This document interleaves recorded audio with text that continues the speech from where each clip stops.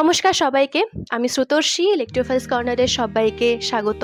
আরও একটা নতুন বইয়ের রিভিউ নিয়ে আমি হাজির। তবে আজকে যে বইটা রিভিউ করতে চলেছি, এই বইটা আবারও আমি নাম দেখে এবং প্রচ্ছদ দেখে কিনে ফেলি। তবে এটা ঠিক যে ডোন্ট জাজ আ বুক বাই ইটস কভার, যেরকম আমি বিশ্বাস করি। তবে এই বইটা পড়ে একটু আমার খচখচ হয়েছে। কেন হয়েছে বা কি রয়েছে বইটা সম্পর্কে হয়তো অনেকেই পড়ে ফেলেছেন এই বইটি, তবুও আমি আমার মতো করে রিভিউ করার চেষ্টা করছি। তো একদমই দেরি করব না, চলে যাব সরাসরি এই বইটার রিভিউতে।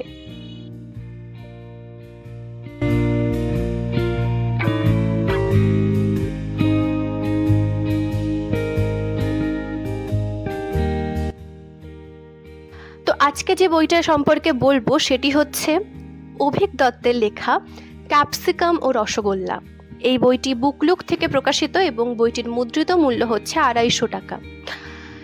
এই বইটার প্রচ্ছদ যদি ভালো করে দেখেন,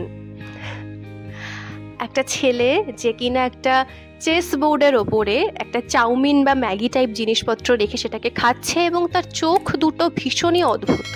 দেখে মনে হচ্ছে যে একটা সাইকো এই ছেলেটি, এবং চারপাশে রক্তের ধারা বইছে এবং তার মধ্যে সে ছেলেটি বসে এক পৈশাচিক হাসি নিয়ে এই চাউমিন বা ম্যাগি কিছু একটা খাচ্ছে। এই প্রচ্ছদটা দেখে আমার ভীষণ ভালো লেগেছিল যখন এই প্রচ্ছদটা একদম ফার্স্ট পাবলিশ হয় সোশ্যাল মিডিয়াতে।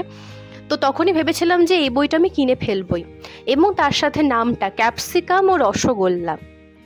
যদিও এই নামটা কোথায় গিয়ে এই পুরো গল্পটাকে সার্থক করছে আমি জানি না, তবুও লেখকের পছন্দ হয়েছে নামটা দেওয়ার জন্য, তো ভালো।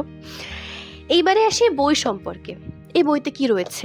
এখানে দেখানো হচ্ছে যে বাসুদেব বলে একটি ছেলে, যার বয়স আন্দাজ 24-25, সে কলেজ থেকে পাশ করেছে এবং এরকম একটা কম বয়সী ছেলে হঠাৎ করেই একদিন রাত্রিবেলা থানায় আসে এবং থানায় এসে সে নিজেকে সারেন্ডার করে যে সে একটা খুন করেছে।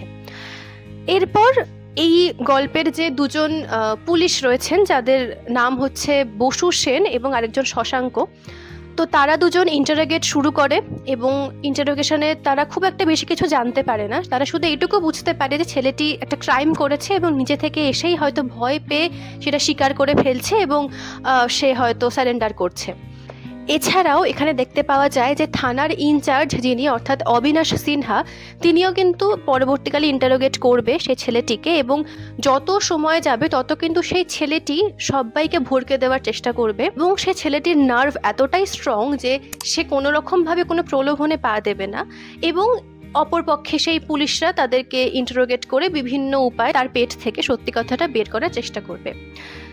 যত গল্প এগোতে থাকে তত দেখতে পাওয়া যায় যে সেই ছেলেটি আদতেই একটি সাইকো ছেলে, একটি সাইকোপ্যাথ ছেলে, যার মাথার কোনো ঠিক নেই। উৎপটাংভাবে চেয়ে বসছে যে রসগোল্লার রস দিয়ে ম্যাগি মাখিয়ে খাবে, এরকম বিভিন্ন জিনিসপত্র চোখে পড়বে এবং সেই জায়গাগুলো পড়ে আপনারা একটু গা ঘিনঘিন করতে পারে, কারণ ম্যাগি রসগোল্লা দিয়ে খাওয়াটা খুব একটা ভালো জিনিস নয়, খুব একটা টেস্টফুল নয়। যাই হোক, এভাবে গল্প এগোতে থাকছে। পরবর্তীকালে সে ছেলেটির সাথে কথা বলতে আসে লিপিকা, যে কিনা একজন মনোবিদ বিশেষজ্ঞ।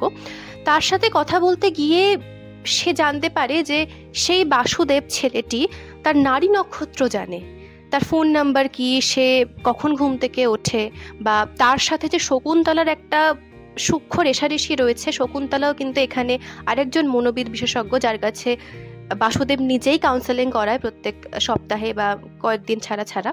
তো সব কিছুই বাসুদেব বলে ফেলবে লিপিকার সামনে, এবং এই অবস্থার পরে লিপিকা সহ বাকি সবাই বুঝতে পারবে যে এই ছেলেটি একেবারে হোমওয়ার্ক করে এসেছে। তো জট পাকাতে থাকছে অবশ্যই, এবং যত সময় যাচ্ছে তত দেখা যাচ্ছে যে এই ছেলেটি নিজেকে খুনি হিসেবে দাবি করছে কিনা সে তার প্রাক্তন প্রেমিকার যে প্রেজেন্ট বয়ফ্রেন্ড তাকে খুন করেছে নিজের হাতে, এবং সে তার প্রাক্তন প্রেমিকাকেও খুন করেছে, এবং সে তার প্রেমিকার মাংস ম্যাগিতে মিশিয়ে খেয়েছে। অর্থাৎ সে একজন নরখাদক, তার মানুষের মাংসের প্রতি লোভ রয়েছে। এরকম বিভিন্ন জিনিসপত্র আপনাদের চোখের সামনে আসবে। যত পড়বেন তত আপনার গা গুলিয়ে ওঠাটাই স্বাভাবিক এই বইটা পড়তে গিয়ে, যেটা আমারও হয়েছে। এবং গল্পের শেষটাতে এসে একেবারেই টুইস্ট, একেবারে অন্যরকম একটা ব্যাপার। সেখানে দাঁড়িয়ে পুরোপুরি বুঝতে পারা যাবে যে বাসুদেব এক্স্যাক্টলি কি করেছে বা এক্স্যাক্টলি কি করেনি, এবং আরও অনেক অনেক টুইস্ট রয়েছে গল্পটা পড়তে গিয়ে, সবটা বলছি না।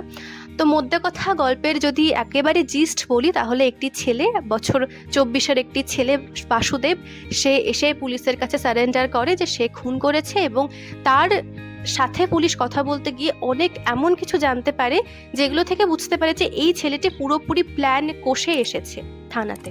তারপরে বাকিটা তো আপনারা পড়তে পড়তে বুঝতেই পারবেন। তবে হ্যাঁ, এই বইটা আমার কাছে ওয়ান টাইম রিড। আমি সত্যি সত্যি যে এক্সপেকটেশন নিয়ে বইটা পড়তে বসেছিলাম, সেই এক্সপেকটেশন কিছুতেই ফুলফিল হয়নি। কিছু কিছু পার্ট আমার ভালো লেগেছে, একটু ইন্টারেস্ট আসছিল, কিন্তু গল্পের শেষটাতে এসে সেই গতে বাঁধা জিনিসপত্রই চোখে পড়লো, বা খুব বেশি সেই থ্রিল ব্যাপারটা অনুভব হয়নি। এই বইটাকে আমি 5-এ 3 দেব। আর একটু দেওয়ার ইচ্ছে ছিল, কিন্তু আমি পারলাম না এর থেকে বেশি দিতে।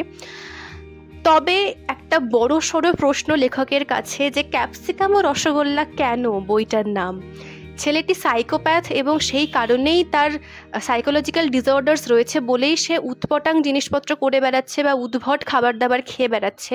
কিন্তু গোটা গল্পের মধ্যে ক্যাপসিকাম ও রসগোল্লার এক্স্যাক্ট কি ইম্প্যাক্ট রয়েছে সেটা আমি সত্যি খুঁজে বের করতে পারিনি।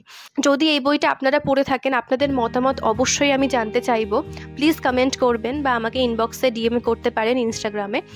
এই বইটা নিয়ে সত্যি সত্যি আমার অনেক প্রশ্নচিহ্ন রয়েছে, যে কেন এই এক্স্যাক্ট নামটা রইল।